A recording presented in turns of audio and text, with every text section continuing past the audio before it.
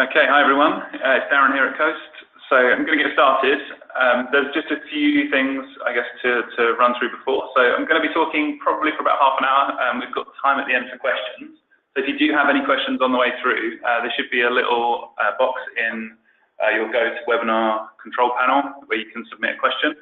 So feel free to do that on the way through, and we'll come back and pick a few out at the end that we can get through today. Any others that we can't answer at the end of the webinar, we'll send out responses to, so don't be disheartened if we don't get to your question in the session. So I'm going to be covering programmatic today, and programmatic display in particular. This is a massive topic, so in the time I've got, really going to scratch the surface, I guess, but I think there's some key points in here that will be really useful if you're starting out, or if you're already doing some of this stuff and need kind of advice on how to sort of move things a step on. So hopefully you'll be able to take something from that and sort of apply it to your next campaign. So just to put things in context, I think it's always good to start with why we should be thinking about display in the first place. So programmatic itself is one of the fastest growing areas of investment in digital marketing at the moment, and actually it's the way that most sort of display media is now bought online. You can see in this chart here, we're actually in the middle bar at the moment at $32.5 billion of spend this year in the US on programmatic display, which is enormous. Bearing in mind that it's pretty much doubled in 2 years since 2015.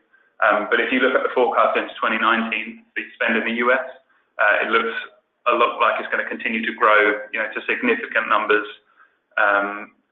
Into 2019, so up at nearly $46 billion worth of ad spend, which is enormous. I guess from my point of view, the thing that makes that even more significant is actually the percentage of total display spend, which is in the pink line. And you can see, actually that moves up to somewhere in the region of 85% by 2019. So that's 85% of all display media being bought programmatically, and that's that is absolutely insane, bearing in mind, this wasn't a thing a couple of years ago. Sort of 3 or 4 years ago, not many people were doing this at all. So it's really revolutionized the way that we buy media online. But it's not just online, and I think that's the thing that's going to really push this growth forwards into the next couple of years. So, we're already seeing examples of people using programmatic methods to buy outdoor media and to buy TV. Although they're not widely available yet, and they're not necessarily accessible at scale yet, it's not going to be long before they are. So even traditional offline media buyers, TV buyers, and those kind of jobs are going to need to understand this stuff, and they're going to need to understand how this works and what the benefits are to be good at their job and to stay relevant. So it's a really fascinating area. Today I'm going to go through kind of what it is and how it works. Because it's quite an amazing bit of technology, and it's worthwhile understanding. But then not only from that point of view, but also how it works from a data perspective, and how you can kind of get yourself in good shape for that. We're going to go through some pros and cons and why you should care about this. And then at the end, I've got a couple of example campaigns just to kind of run through, just in a little bit of detail, to kind of put all the stuff we talk about today in a bit of context. So let's start with kind of what programmatic is. And to do that, I'm going to go back in time, obviously not that far back in time, but back in time to what I'm calling the old days of media buying, where we might just buy a fixed billboard or something like this. And in the days where we would do something like this, we might buy a fixed slot for a fixed period of time, or if it was on a website, it might be a banner for a fixed amount of impressions. We'd hand over our money at the start, and we'd get what we got. And actually, that kind of stuff still happens now. Even with outdoor media and some digital display stuff, I still see proposals kicking around from other websites that are trying to sell us media, where you buy a slot of 1 million impressions for a fixed amount of money, and that's that. And for me, I think it is pretty much outdated now, that kind of sort of buying methodology, especially from a digital point of view. If you think about this as an example, McDonald's will have bought this billboard because the people that are driving past it are likely to be in their target audience for this specific thing. So people that are driving past this billboard might be commuters that are looking for a healthy breakfast and need something quick and easy. So put this billboard up, and those that are in that audience hopefully will see it and react to it. The problem is McDonald's have paid for that billboard whether you're in that audience or not. Of all the people driving past it, you may find that 30%, 40% are in that target audience based on the skews of the demographic that they know about for that area, and the rest of the money is essentially wasted if it's being in front of people that just aren't relevant at all. And I think that is the that is the problem with this. And that old adage of I know half of my marketing spend is wasted, I just don't know which half, kind of comes out of this kind of buying behaviour. So we don't, we know we've got to buy all of it, we just don't know which half of it is working, and that's that's very, very true. So how do we get away from that, and how do we move on in terms of the way that we buy media? Well, we look at something like real-time bidding, which is essentially an auction, and essentially we're auctioning every ad impression or every advert placement off to the highest bidder each time we need to show an advert. And it is essentially like an auction house. Lots of advertisers show up to bid for these ad slots, and the highest bidder gets to show their ad. So what does that mean from an advertising point of view? Well, it means that you're not buying for everybody that sees that same ad slot or that media placement, but you're showing just to the people that you want to show it to in that slot. And that gives you a whole range of options when it comes to targeting.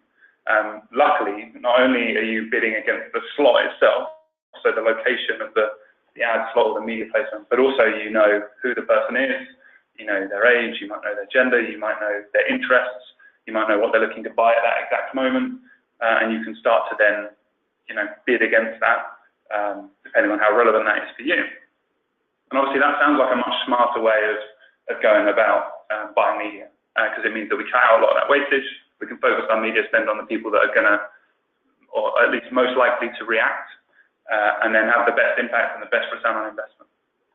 So if we just think about, I guess, how that works in reality, I wanted to try and explain it in the most simplistic way that I possibly could. And so I've removed a lot of the complexity in terms of technology around this. We'll come back to talk about that in a little bit later on. But just to explain how this whole process works, we'll take Steve, who's our dummy for this presentation. So Steve is a technology enthusiast. In terms of backstory, he doesn't have a huge amount associated with him, other than he's a tech enthusiast. He is 50 years old or thereabouts.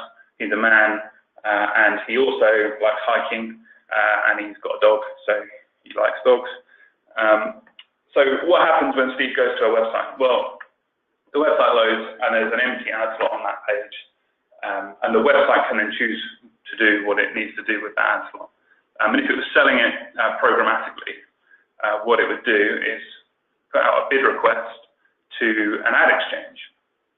So an ad exchange is essentially your auction house that we were just talking about.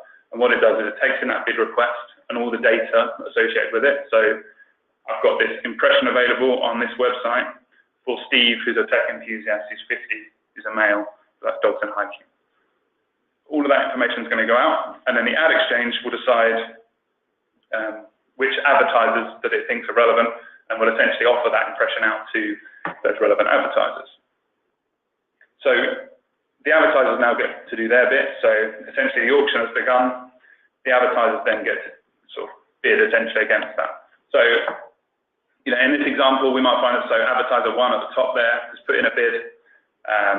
He is a hiking boots retailer and knows that Steve likes hiking, so it makes sense to try and push this ad in front of him. But because perhaps this is a completely new prospect, the hiking advertiser hasn't seen Steve before, so isn't quite sure if he's in the market for hiking boots, so goes in with a modest bid to see if there's any interest there. Advertiser 2 in this case is putting in a no bid, so that might be because actually they're looking to advertise to females, and obviously Steve is not one of those. And then advertiser 3 at the bottom puts in a pretty aggressive bid because Steve is a tech enthusiast and they're selling mobile phones, but they also know that he's looked at some of their content in the past and read specifically about this phone that they're trying to sell him. So it feels like a really good match and it feels like a hot prospect. So they're putting more aggressive bids to get out in front of him. So what happens then? Well, the ad exchange takes all those bid requests, works out the winner, and then essentially puts the ad, loads the winner's ad into the website so that Steve gets to see that ad. Now, that, I guess, from a simplistic point of view is how this works. There are, there are a few more attributes about Steve that we actually do know about, and in reality, there's more like 10 million various little data points and attributes around him. Actually, some platforms estimate that it's more like 11 to 12 million that they can actually use to bid against, or at least learn about behaviour from.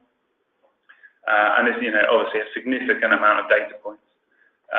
So in reality, this is a lot more complicated than just Steve likes dogs and hiking. There's tons more to it than that. And also, really, when you think about it, there's hundreds of thousands of people using all these websites at any given moment, and they're all offering out bid requests to various ad exchanges, not just one, but various ad exchanges to you as an advertiser. And you as an advertiser have to know where to look for these, these opportunities to bid on the ones that are relevant, no bid on the ones that aren't, and then also, more importantly, look at the feedback loop. So understand, well, when we do win a bid against this, against Steve, what happens? What did he do? Did he see the ad? Did he engage with the ad? Did he click on the ad? Did he take any action when he came through after he clicked? All those things are really, really important to actually learning about sort of the individual targeting options available to us and which ones are most effective and which ones aren't. So what you really need is a piece of technology that allows you to do all this stuff in an automated way, but also learn and understand the feedback loops that are available and learn and adjust targeting and bidding to allow you to be more effective in what you're doing.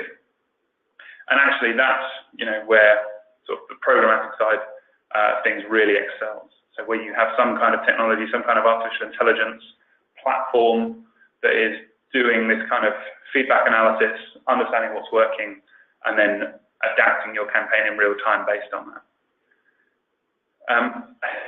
And just in terms of, how much of this actually happens, a colleague of mine was talking to me the other day about a comparison she'd heard around the London Stock Exchange. If you think about the amount of transactions, if you like, that take place on the London Stock Exchange, somewhere in the region of 1.2 million every day, in terms of trades each day on the London Stock Exchange. If you compare to just a single ad exchange from a programmatic point of view, a single ad exchange will take around 1.2 million trades every 7 seconds when it comes to these kind of bids and sales of ads. So, this is a really significant piece of technology, or pieces of technology that join this whole process up to be quite seamless. And it is handling vast amounts of data about millions and millions of people, and allowing us to target, as marketers, allowing us to target that and get in front of those people. So where does all that data come from? Is a really important thing to know, because it can come from various different places and obviously vary in quality quite dramatically. So there are some industry buzzwords, I guess, around this that some of you will know, but just to be clear, so first-party data is data that you own, so it's data that is kind of unique to you and belongs to you and your brand. And the good thing about that is it's a unique set for you to target. So no one else is going to have that exact data set. You're able to target it exclusively, and that essentially gives you, the best kind of access right to that in terms of targeting, but also it's less regulated because it's your own data. Hopefully you've got it all opted in and it's nice and clean and not in too many silos, and is ready to be marketed to. So it means you can you can advertise to that really effectively. There are people that probably have engaged with you in the past, so it might be people that are on your CRM, on your email list, people that have used your website before, so they might be cookied, or you might have website usage data about them in a similar vein that you can use to help you target those people. The problem with that, generally with first-party data, and the big problem that we come up against a lot with an agency is that actually the client's first-party data isn't always clean, isn't always opted in. Sometimes it kind of lacks consent, I guess, and people being opted in to be marketed to, which makes life slightly more tricky. Obviously, we need to make sure that we abide by those kind of rules too, especially as we move into May next year. But what you can do if your data is limited is you can look to other sources to try and enrich your own data. And you might do that from a second-party point of view, and actually second-party data is a bit of a programmatic specific term, which is data that someone else owns essentially on your customers. So it's quite a hard thing to get your head around, because the first-party data is data that you own, and third-party data, which we'll come to, is data that someone else owns. And second-party data kind of sits in the middle. So if you think of, so as an example, a pet food brand that we work with doesn't sell directly online. They sell via retailers. So they might sell via Pets at Home, for example.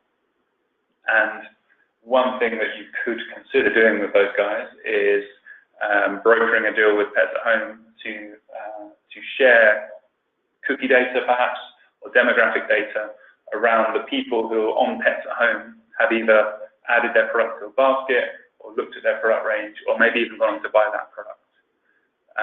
That would be a good example of second-party data. So it's data that kind of has been collected, not necessarily for this intended use, but is available to help us enrich our data. And it's data about our brand and our products, but not necessarily specific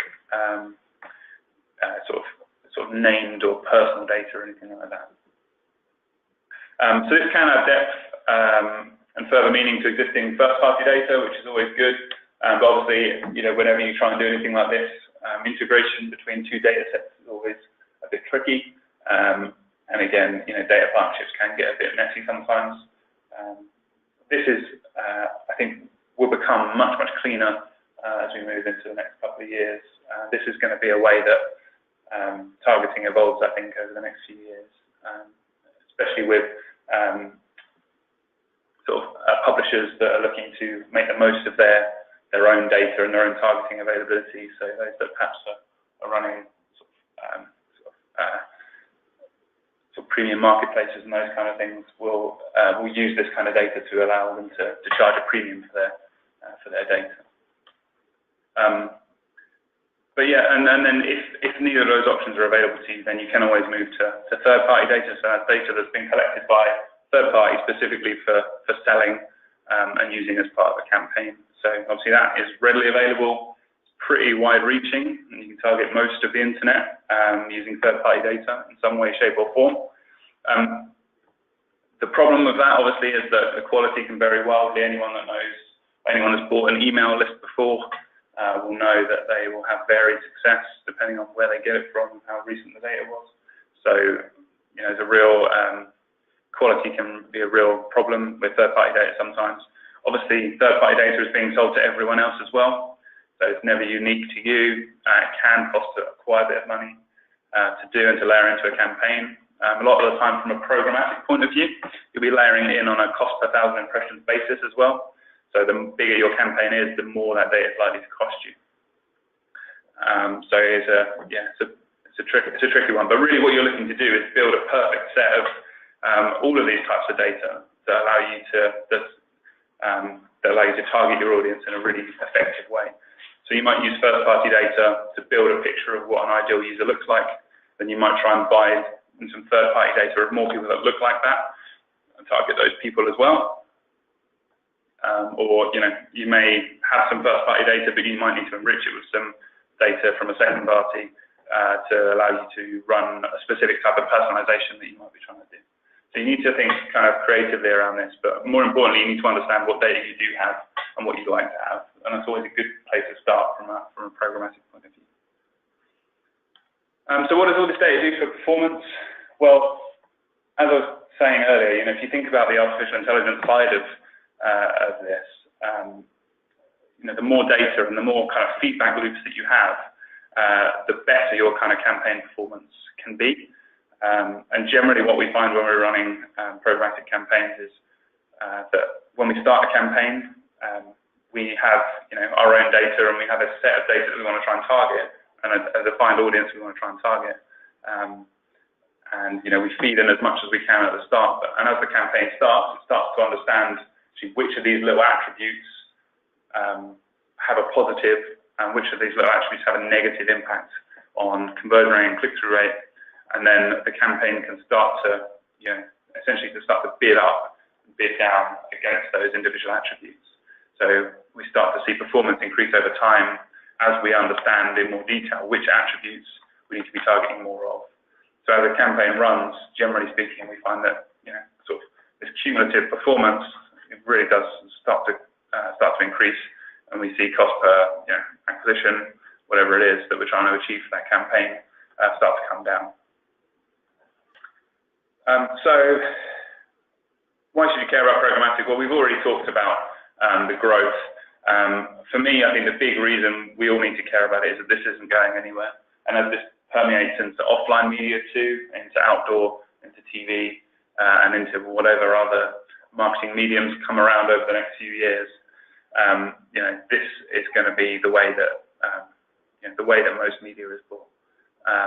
So we need to, we all need to be getting on the back of this now and make sure we understand it, making sure we know how to be effective at it as marketers. But there are some real kind of standout pros and cons that we all need to be aware of too. And I'll start with the pros, because obviously, I want to try and persuade you all to get involved with programmatic.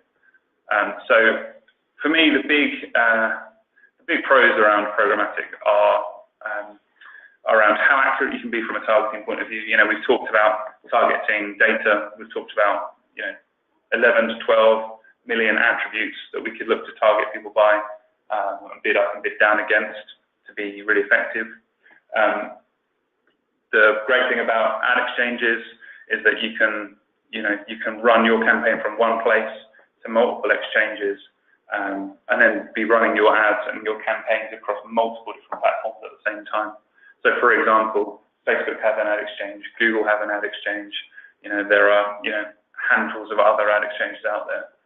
But that means essentially we can run our campaign through a campaign management platform on Facebook, on Google's display network, across various other platforms, across various ad formats and creative options, so video and social ads, creative engagement units that expand and take over the page and have interactive elements like forms and conversion elements in.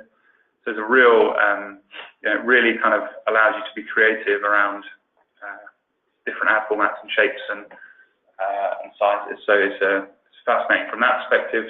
The other side of this is obviously data not only feeds targeting, but also can feed your creative. So where that, for example, going back to Steve, where we know he's looked at that specific mobile handset, we might be trying to flog him. If we know that, we can make sure that the creative we serve him talks about that phone specifically, the benefits of that phone, the price. We might be able to throw in an offer specifically in the creative, and obviously that all happens on the fly, and that can all happen automatically as part of the programmatic buying process. So again, really, I guess, powerful tool from a creative point of view. And then also, going back right to what I said at the start about committing lots of budget. So from a programmatic point of view, you have complete control over your budget. So similar to AdWords and paid search, you can turn up budgets, you can turn down budgets. as and when you like. So you aren't committing to, you know, massive spend for a fixed amount of impressions up front. You might find that certain areas of your campaign are working really well and certain areas aren't. And obviously in those scenarios, you know, you can turn down the dials on one, turn everything else up to 11, and make sure that, you know, you're putting your budget and you're channeling the budget into the right places. So if we think about that and what that really means, just from a pro's point of view. So if we think about Steve, again, I'm just going to build on his backstory a little bit to tell this story, but if we think about Steve as a app developer in London, so, you know, and his kind of journey throughout the day and how we might be able to reach him during the day from an advertising point of view. In the morning, he might be commuting into London on the train, so he's got his phone out, he's on social media channels, so Facebook, he might be on Reddit as well, he might be a bit of a, if he's a developer, he might be a bit of a nerd, you know, I include myself in that, so you can't take offense to that. From a commute point of view, you know, he's busy on social channels. When he gets to work, he's in front of his desktop PC, he's looking at various content sites, he might be, you know, researching Android and, you know, development communities, he might be on LinkedIn, working on communities on there, but also maybe looking for another role. He might be on Financial Times if he's got, you know, Bitcoin investment and he's trying to see, you know, how rich he's becoming that single day. So, you know, lots of opportunities to reach him in his day in the office. And then in the evening, he's going to get home, crash out on the sofa. He's probably going to have either his TV on, his tablet on, he might have his phone in his hand, but he's watching something on Netflix or on YouTube. He's probably got his social channels going as well. But he's, you know, he's multi-screening at that point, and, you know, probably watching video somewhere on one of those screens. So from a programmatic point of view, what this kind of central access point gives us is the ability to target Steve in all of these places across all of these channels at the right time. So in the morning, we can reach Steve on his commute with a mobile formatted ad on Facebook or on Reddit. During the day, we can target him perhaps natively with native content or with display media, just, you know, kind of standard display media across some of these content type sites. Or maybe on LinkedIn, we might be able to target him with content on LinkedIn. And then in the evening, we might be able to target him on YouTube, say, with video and pre-roll ads and those kind of things. All from the same central management platform, all using the same data, all reporting in the same way, and joining all those dots together. And that, I guess, from a media buying point of view, is kind of the, you know, it's kind of the dream that we've all been searching for. Now, obviously, it's not quite as simple as this to set up and run, but it is, you know, it's all doable. And I think, you know, that this is the marketing dream, I think, and we, you know, we all need to kind of get behind this stuff. But there are some cons with programmatic, and you know, I think we need to all be aware of what those are. So whether you're involved in programmatic or not, one of the things you'll know is that it's a really complex landscape, and it feels pretty dense. I mean, it feels dense to us as marketers that do this every day. So people that don't do it every day, I imagine it feels pretty horrendously dense. On the left-hand side, the green bar here, you know, as the marketers, so that's us, and on the right-hand side, the blue bar is the publisher, so that's like our, you know, where we want to show the ads to our consumers. And, you know, my diagram at the start was a simplified version of this. Essentially, this is what the real landscape looks like. There are all these various, you know, agencies and technology platforms, DSPs and exchanges, and there's, you know, absolutely tons of different players in this market, all trying to add value to the chain, all trying to allow you to target more effectively or report more effectively, give you access to certain advertisers. But it's, you know, this is really tough. This is really tough to get your head around. And, you know, really, you need someone who understands these partners and businesses to kind of guide you through it. So it's not easy to just pick up and run with, like some other marketing channels are. And then I think one of the other big challenges that the industry faces currently is kind of quality around placements. And this is kind of a growing concern. You will have seen this year, there's been a couple of times where Google has been in all kinds of trouble for its YouTube advertising. And, you know, so this was the one from earlier in the year, so that's, I think it was around March time, where Verizon and Walmart pulled ads off of YouTube because they found out that their ads were appearing next to hate speech or like sort of terrorist videos on YouTube. Now, I guess the problem that Google has is that what they're doing with these ads is essentially meeting the advertiser's demand. You know, they allow you as an advertiser to target a person who is relevant to your brand. So if I am relevant to Walmart or Verizon as a customer, and they want to target me, but I happen to be watching a terrorist video on YouTube, or one of my friends sends me a link to it, and I click through. You know, Verizon or Google still considers me to be relevant, and so it shows me that Verizon ad or that Walmart ad next to that content. I do kind of get that. You know, all they're trying to do is target the right people, but it's their responsibility as an advertising platform to make sure that brands are protected from this kind of content. Obviously, YouTube has a huge amount of content that's uploaded every minute, and it isn't possible to sit down and watch it all as it's uploaded. So they need to find a way of automating that and helping advertisers take a bit more control over where their ads are shown to users for their own protection. And you know, I think Google are taking this seriously. I don't know if they're taking it seriously enough. And we'll have to see. There's been more over the last couple of weeks of advertisers pulling spend from Google because of other content, not terrorist content, but other inappropriate content. So there's still work to be done on that. Okay, so that's the pros and cons. So I think I've got a couple of examples to just kind of take you through. And one of them is for a big car brand. So this is a public case study that you can see on DoubleClick's website. This is a Google case study. So Google partnered with Audi to launch the Q2, which is a car they launched, I think it was last year. And as part of the car, one of the car selling points is that it's really customizable. So there's lots of options for customizing the car, around color, around wheels, around interior, around options, around, you name it, you can pretty much have it. So they created a car customization tool as part of the kind of launch process for their own website. But what they wanted to do with that is use that creatively as part of their programmatic campaign for launch. And what they ended up being able to do was use their car customization tool to create variations of ads. So they had all the colors, all the options, and all the wheels as individual assets that could essentially be created into ads on the fly. And where they ended up with this was that they were able to specifically target people that were in market to buy a car, specifically interested in Audi, and obviously they had some of that was data that they had, so some of their first-party data. Some of it was data that they acquired, so I think third-party data that they used to target. And then they started pushing ads in front of these people, but also looking at the variations around content. So in terms of what was in the ads. So you see on the slide this little quote down the bottom: a dynamic approach allows us to create more than 6,000 variations of the ad.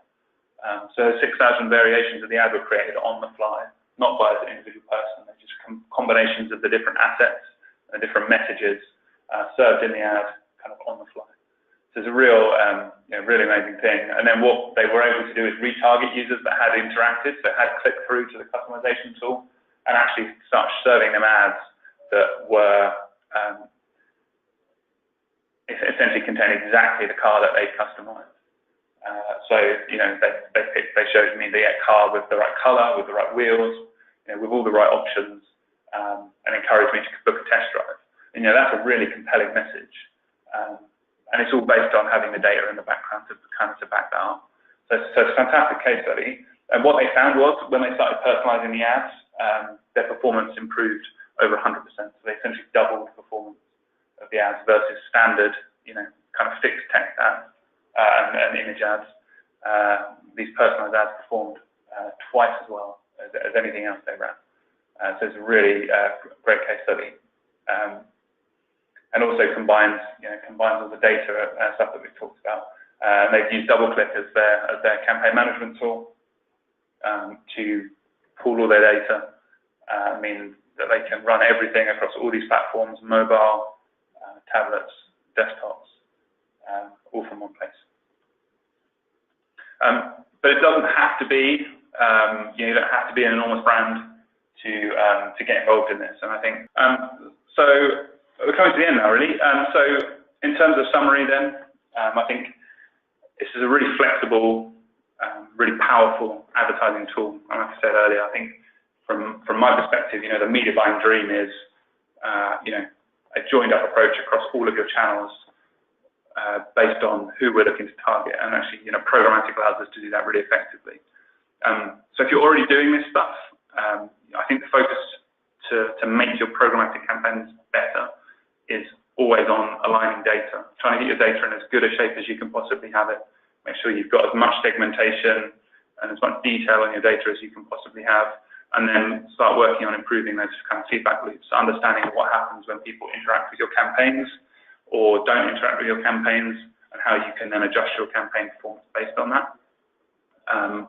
If you're not doing anything at the moment, then you really need to find an access point. That's the tricky part of this. I talked about how complex the landscape is, but really, the easiest place is to start to work with an ad network or work with an agency like us.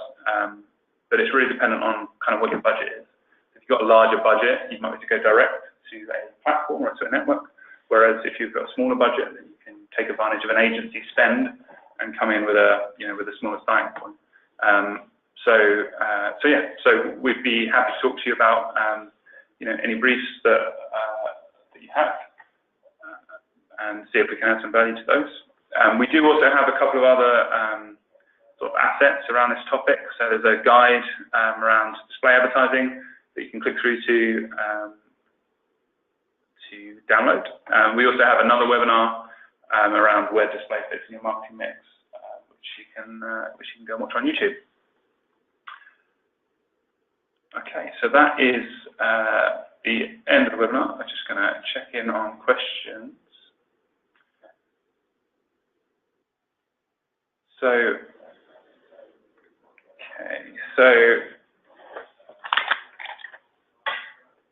got one question around GDPR. So I did kind of hint at this earlier a little bit in terms of consent, but sort of how GDPR plays into this is a complicated kind of grey area at the moment. There's no real specific guidance yet from the ICO on how the rules around personal data in particular apply to display. Obviously, from a display point of view, for the most part, we might not be using personal data, but there are certainly times when we do. But I think the grey area at the moment is what actually does get counted as personal data. So if we're using cookies, for example, and the cookie is purely behavioural, so it has no reference to me as a person whatsoever, then it's probably safe. But actually, if we're using a cookie that has an ID that is then shared across devices, so if it's in my, if I use the site on my desktop browser and I get cookies with my user ID, and then when I move to my house in the evening and I I look at the same website, and then a cookie gets set, but it knows it's me because I'm logged in on my account, and it drops the cookie with the same ID in it. You could join those two cookies together and identify me as a person because it's tied to my account. And some places are saying that this will qualify as personal data because you could, by processing it, turn it into personal data. So at the moment, there's not a huge amount of clarity around that, but I think that we're going to see more of that in the new year, I suspect, as we get more sort of tangible examples of how this stuff's going to have to work. Okay, so in terms of questions, okay, I think that's it. So from a questions point of view, there are no more. So if there are further questions after this, or if you think of something after the webinar, obviously feel free to drop us a line. we'll happily help out and answer those questions. We're going to upload this, the slides to this will get uploaded to SlideShare, and we'll upload the webinar to YouTube, so you can rewatch it at any point. And yeah, I think that just about wraps us up. So thanks very much for listening. If there are any questions, then obviously file them over. Thanks a lot.